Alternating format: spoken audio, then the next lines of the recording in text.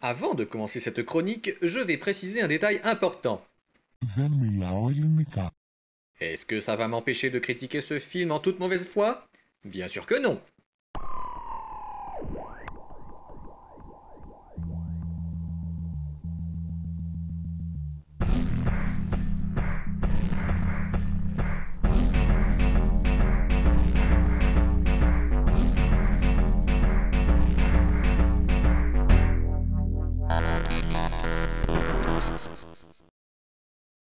En 1981, quelques années après la dictature des colonels et sous l'impulsion de Giscard d'Estaing, la Grèce est le 10e pays à rentrer dans la CEE, qui deviendra plus tard l'Union européenne. Cette décision perçue comme une admission au pays de cocagne ne sera regrettée que quelques 28 ans plus tard, quand la dette qui étouffe les Grecs provoque émeutes, pauvreté et austérité. En 1982, le film Tron sort en salle et relate les tribulations d'un programmeur de jeux vidéo fait prisonnier dans ses propres créations.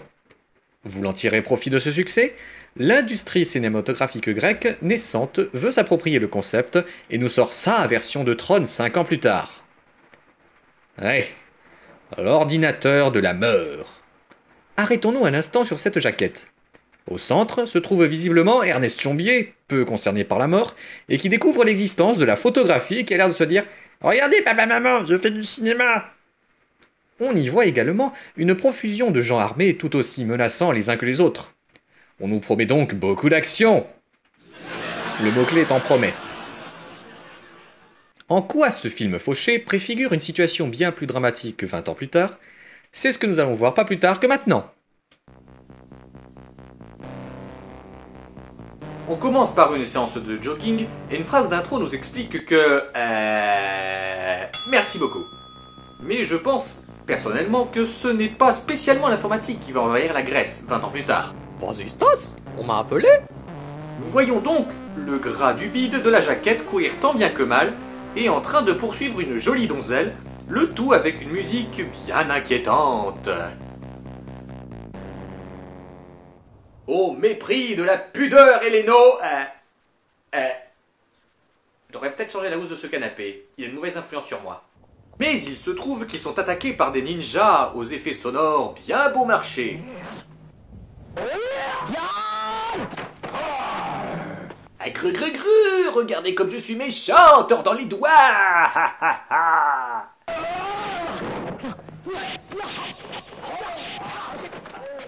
Après une séquence de combat épique au doux contact des proscrits, il s'avère que c'était une blague montée par le geek et ses potes. Ha ha ha. Pff, comme si c'était valable ailleurs.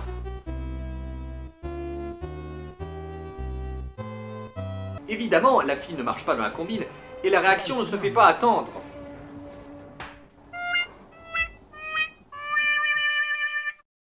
Le réalisateur du film dépeint donc le premier rôle comme un sale vieux pervers, limite puceau, et réussit à le faire détester en même pas 2 minutes de film.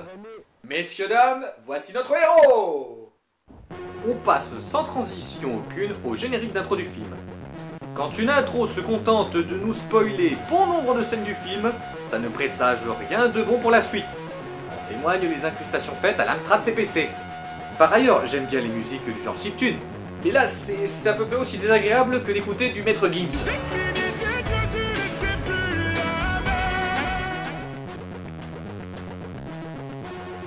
Et avec l'art maîtrisé du mixage vidéo-audio, on enchaîne avec la ville d'Athènes du futur, qui ressemble à s'y méprendre à la ville d'Athènes des années 1980. Les mauvaises langues diront que c'est la ville d'Athènes d'aujourd'hui. Cette ville d'Athènes, sur fond de Johnny B. Good au rabais, est très dangereuse, avec des violences gratuites au mixage sonore foireux.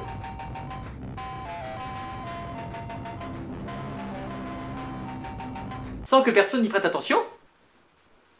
Je crois que j'ai une explication plus rationnelle, je crois. Ça a dû se terminer comme ça. Ah merde, il y a une agression en direct, je fais quoi? Ne réagis pas, on dira que ça se passera dans le futur. Post-apo, tout ça, façon Mad Max, tu vois? Ok, j'avais pas prévu de sortir de ma golf tunée de toute façon. Une fois arrivé à son bureau, nous insistons à ce qui est sans doute LE plus grand défaut de ce film, après le budget ric-rac.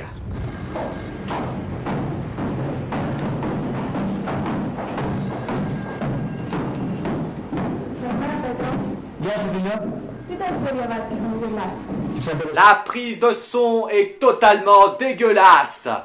Les échos sont trop prononcés, ça rend le tout pénible à écouter. Tout ça parce que ces fumistes n'ont pas pensé à engager un Bergman. Et le pire, c'est que ça contraste avec la scène d'ouverture, pas si mal filmée que ça finalement. À croire qu'il y a eu un Bergman, mais qu'il a lu le scénario et qu'il s'est dit...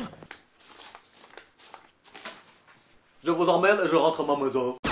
S'ensuit alors ce qui semble être une conversation entre le C-64 et notre héros, qui s'appelle Paris. Pas comme la ville.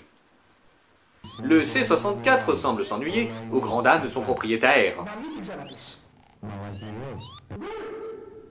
Puis, sans rapport aucun, on entre dans un dojo à l'acoustique encore plus merdique, où l'on s'adonne au cassage de briques le moins épique du monde.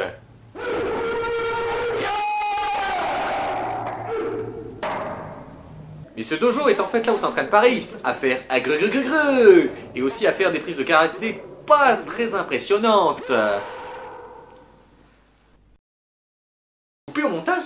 Mais comment voulez-vous qu'on s'attache à ce héros, bordel?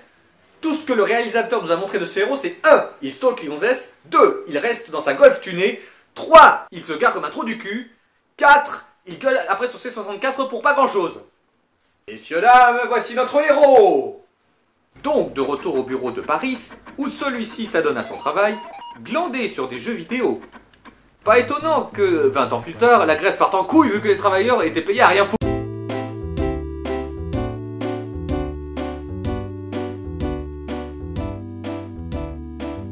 Oui, bon, je me suis égaré. Attends un peu. S'il met la disquette ici, et que cet ordinateur est un C64, alors ça veut dire que cette unité centrale là, sous l'écran, elle ne sert strictement à rien. Maintenant, on sait où le budget du Perchman est passé, dans la location des ordinateurs. Puis on enchaîne sur une récréation du célèbre générique de James Bond.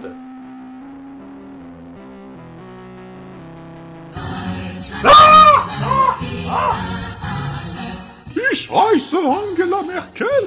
Ma nouvelle mesure d'austérité pour la Grèce consiste à payer rétroactivement les droits d'auteur que ce film viole en toute impunité. Schnell! Pas des rétros fossoyeuses de l'Europe! Et Paris réapparaît dans un décor cheap, artificiellement pixelisé pour bien montrer qu'il est dans un univers de jeux vidéo, le tout sous les yeux d'une femme de ménage absolument médusée. Ce qui veut dire que le générique de James Bond est une métaphore pour...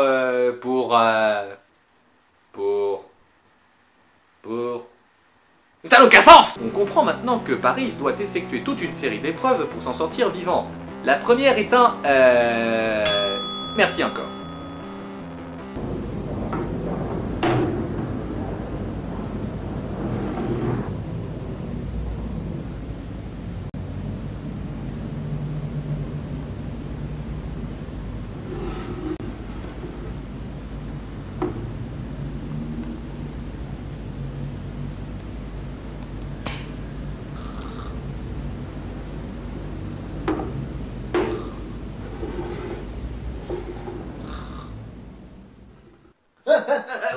Oui, la chronique. Sérieusement, de par le principe même de la roulette russe, comment voulez-vous rendre ce truc captivant? Si le héros n'a pas de bol, la tension dramatique n'a pas le temps de s'installer, et si ça dure dans le temps, je perds l'attention au bout d'un certain nombre de tentatives. Mais fort heureusement, le monteur a trouvé le moyen de capter l'attention. La musique qui fait peur.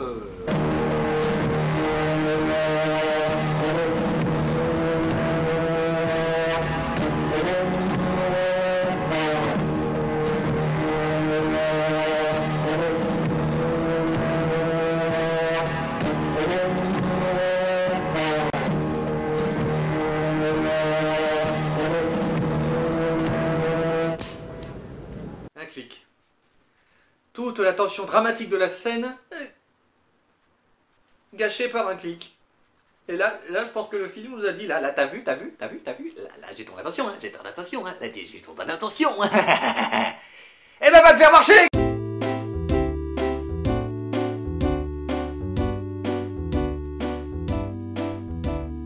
Pardon, famille, tout ça. Et l'épreuve se termine par le contre-champ le plus misérable du monde, trahissant ainsi son manque de moyens, de toute façon déjà manifeste.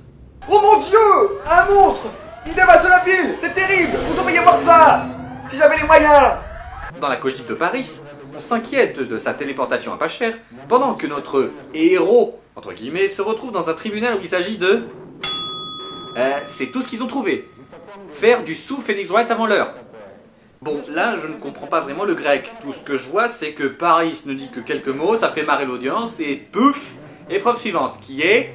Non, ça, c'est pas une tour, ça, c'est une grosse salle. Mais oh, pire transition du monde. Deuxième plus gros défaut du film, il n'y a aucun fil conducteur. Ce sont juste des petites scénettes mises bout à bout, histoire de faire un long métrage. Et encore, long métrage. C'est pas comme ça que ça marche, non. Imaginez si je fais un film et que ça donne comme, un truc comme ça.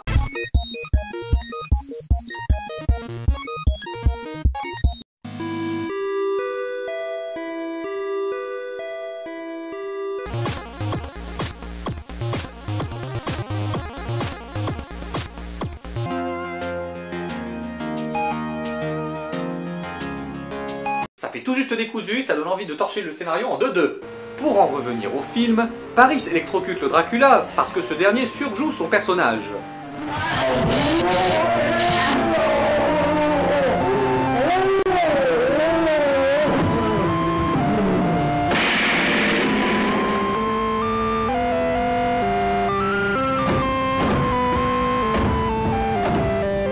Γιατί δεν μου έδειξε η πίστα, τι ξέχασα.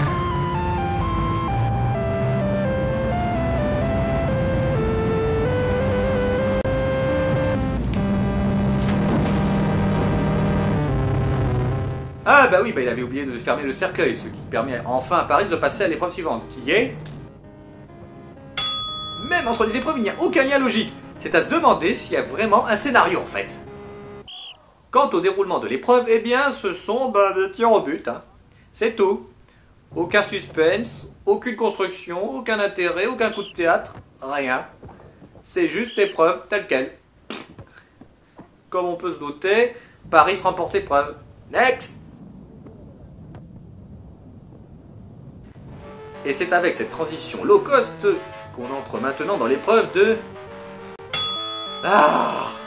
Cette épreuve est du même calibre que la roulette russe. On est encore plus chiant. C'était vraiment nécessaire de refaire la même chose. Et à propos de redite, la Cogif de Paris envoie 2 collègues du dojo de Paris à la rescousse. Et ils refont les mêmes épreuves que Paris! Mais c'est pas déjà assez soporifique la première fois?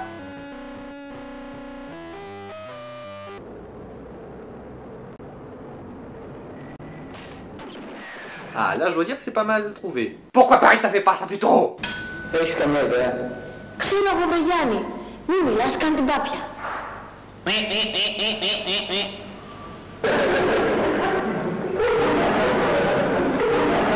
Bon, ça peut pas être pire que Paris qui a... Έφτανομα σε ένα δωμά, όπα! Πού να ξαπλώ, να κλείσεις μα, όιντα! Bon, là, je pense que les réalisateurs se sont dit « fuck off le film », qui, à son tour, a dit « fuck off » aux éventuels téléspectateurs qui regardaient ce truc. Et Paris remporte l'épreuve de la vodka, moins que par sa résistance à l'alcool que par ses qualités vocales. Ce qui le conduit à...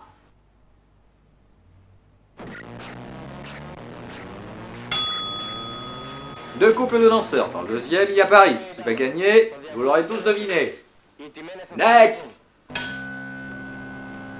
Les 2 collègues de trahissent de vampire. Next! Les 2 aussi gagnent l'épreuve parce que l'un d'entre eux crie au moment où sa copine tire. Next! Quant à Paris, le voilà au... Il lancera le plus loin. Next! Tic et Tac remporte l'épreuve parce que Tac met des cendres dans la vodka, ce qui fait automatiquement mourir celui qui boit cette mixture comme dans la vraie vie. Next! Next! Next? Bah, qu'est-ce qui se passe?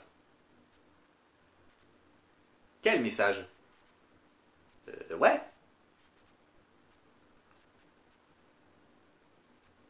Bon, d'accord. C'est quoi?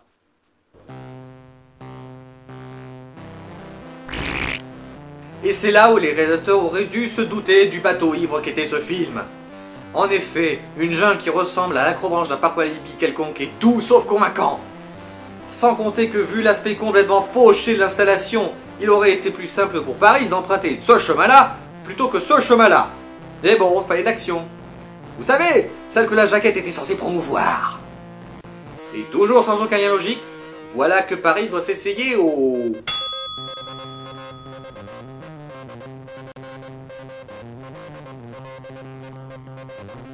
En compagnie d'une ravissante jeune femme.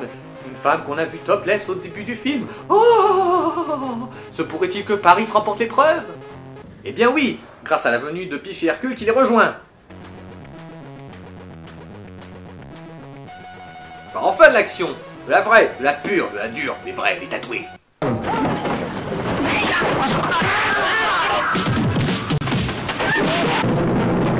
Les fans d'Adam West.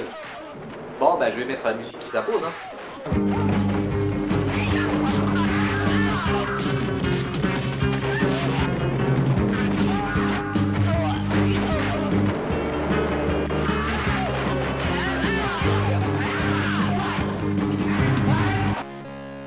Quoi? On revient dans ce petit stade de banlieue? Et pourquoi d'ailleurs? Je sais comment ça va se terminer. Next. Rambo, 3 tenteurs,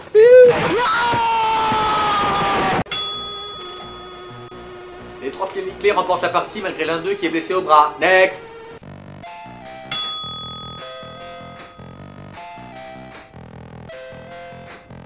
Et encore un autre combat contre des noirs cette fois.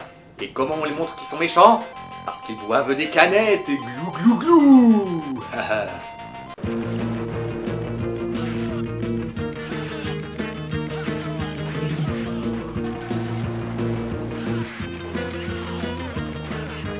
Qu'est-ce qu'on va voir maintenant? Des mafieux?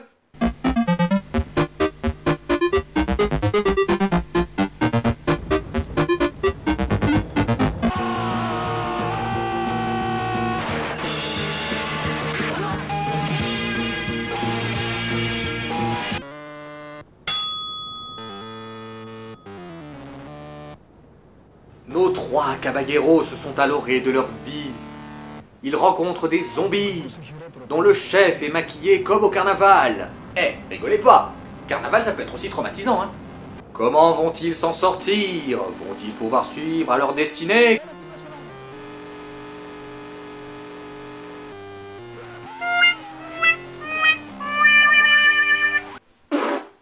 D'accord, bon. Ouais, eh bien, il passe comme ça. Il y sait même peu à la réalisation. Donc du coup, ils ont envoyé les punks, ils ont envoyé les zombies, ils ont envoyé les mafiosos. Qu'est-ce qu'ils vont envoyer maintenant? Les ninjas? Bon, ok, je lance encore Batman.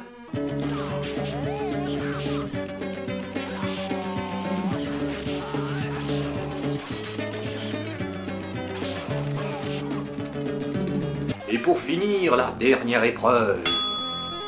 On ne sait pas trop ce qui s'y passe. Paris se déchire des papiers, le scientifique poignarde son acolyte et nous voilà de retour dans le bureau de Paris. Évidemment bien remonté contre son C64. Paris, χαίρομαι που γύρισες έστω και αν συνεχίζεις να λες μαλακίες. Ghostbusters 3 tenteurs. Ça veut dire quoi ça? Ah, ok. Mais le film a duré combien de temps? Quoi? Tout ce temps? Mais ça a paru 2 heures. C'était donc L'Ordinateur de la Mort, un film de science-fiction avec tout plein de guillemets. Ce film est à la fois répétitif, fauché, court, confus, tout en étant lourdingue dans la narration, et mou du genou. Et je viens de penser à un truc là. Vous vous souvenez de la scène du début? Eh ben elle sert à rien. La scène d'agression en Athènes? Elle ne sert à rien. Pas plus que l'escapade en golf tuné. La secrétaire de la Cogipo pas lourd? Elle ne sert à rien non plus. Ce film a facilement 15 minutes en trop. Ou quand le fait d'avoir un budget à râler pâquerette. Quoi? Quoi?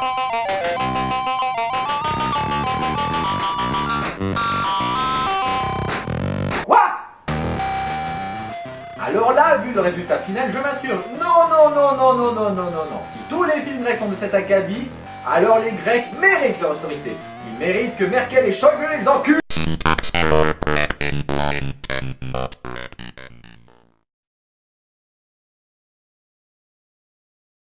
Ha ha ha ha!